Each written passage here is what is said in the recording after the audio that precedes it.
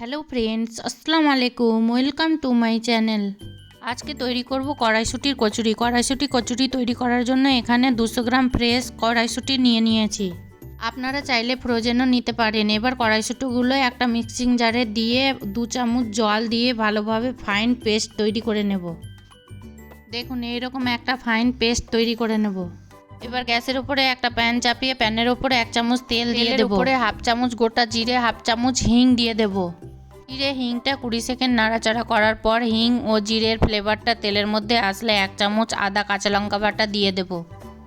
আদা কাঁচা লঙ্কাটা ভালোভাবে ভেজে নিব আদার কাঁচা গন্ধ যাওয়া পর্যন্ত। মশলাটা ভালোভাবে ভাজা হয়ে গেছে। এবার কড়াইশুঁটির পেস্টটা দিয়ে দেব। আমি কড়াইশুঁটির মধ্যে 2 রকম লবণ ব্যবহার করেছি, 1/4 চামচ বিট লবণ, 1/4 চামচ রেগুলার লবণ।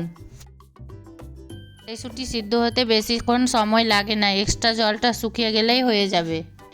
এক্সট্রা জলটা শুকিয়ে যখন এরকম ঘন হয়ে আসবে তখন 1 চামচ ছাতু দিয়ে দেব, এতে ফ্লেভারটা আরও সুন্দর লাগবে। প্যানের 4 সাইডে ছেড়ে দিচ্ছে। এবার কড়াইশুঁটিটা নামিয়ে নেব। কড়াইশুঁটির পুরটা একটা প্লেটে ঢালার পর চারদিকে ছড়িয়ে দিব যাতে তাড়াতাড়ি করে ঠান্ডা হয়ে যায়। এবারে একটা পাত্রে 2 কাপ ময়দা নিয়ে নেব। ময়দার মধ্যে 1 চামচ সুজি, 1 চামচ চিনি, হাফ চামচ লবণ, 2 চামচ সাদা তেল দিয়ে ভালোভাবে মাখিয়ে নেব।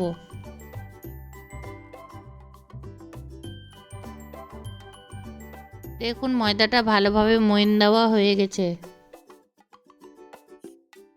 এবার ময়দার মধ্যে হালকা উষুম গরম জল আস্তে আস্তে দিয়ে ভালোভাবে একটা সফট ডো তৈরি করে নেব। ময়দাটা ভালোভাবে মাখা হয়ে গেছে। ময়দার ওপর 1 চামচ তেল দিয়ে ভালোভাবে মাখিয়ে 30 মিনিট রেস্টে রেখে দিব ঢাকনা দিয়ে। 30 মিনিট পর দেখুন ময়দাটা কত সুন্দর সফট হয়ে গেছে। ময়দার ডোটা আবারও ভালোভাবে মাখিয়ে লম্বা করে নেব। লম্বা করলে লেচি কাটাটা সুবিধা হবে। খুব ছোটও না, মিডিয়াম সাইজের করে লেচিটা কেটে নেব। এবার লেচিগুলো ভালোভাবে হাত দিয়ে গোল গোল শেপে তৈরি করে নেব। এবার লেচিগুলোর উপরে হালকা তেল লাগিয়ে দেব। একটা লেচি নিয়ে 2 হাতের বুড়ো আঙুলের সাহায্যে কর্নারটা প্রেস করতে হবে, বিচে প্রেস করা চলবে না, আস্তে আস্তে দেখবেন বড় হয়ে যাবে। এবার কিছুটা কড়াইশুঁটির পুর নিয়ে হাতের সাহায্যে গোল করে নিয়ে লেচিটার মধ্যে দিয়ে হাত দিয়ে ভালোভাবে চেপে 4 সাইডটা হাত দিয়ে চেপে আস্তে আস্তে প্রেস করে বেলুন দিয়ে আস্তে আস্তে বেলে নিতে হবে। কচুরিটা জোর করে চেপে বেলা চলবে না, হালকা হাতে বেলতে হবে। উপরে একটা কড়াতে আগে থেকে তেল গরম করতে দিয়ে দিয়েছিলাম, তেলটা গরম হয়ে গেছে। এবার কচুরিটা ছেড়ে দেব। চামচ বা খুন্তি দিয়ে কচুরির 4 সাইডে প্রেস করলে কচুরিটা ভালোভাবে ফুলে যাবে। দেখুন কচুরিগুলো কত ফুলকো ফুলকো হয়েছে। একইভাবে সব কচুরি ভেজে নেব।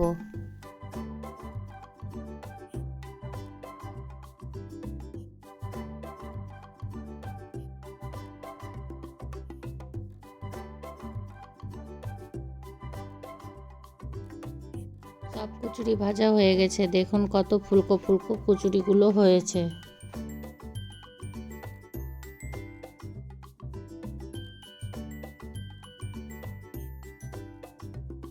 কচুরির ভিতরের পুরটা দেখুন, কচুরির 4 সাইডে কিভাবে ভালোভাবে আছে। এই কড়াইশুঁটির কচুরি আলুর দম দিয়ে খেতে দারুণ লাগে। আমার রেসিপিটি ভালো লাগলে আমার চ্যানেলটি সাবস্ক্রাইব করে লাইক কমেন্ট শেয়ার করে দিবেন প্লিজ।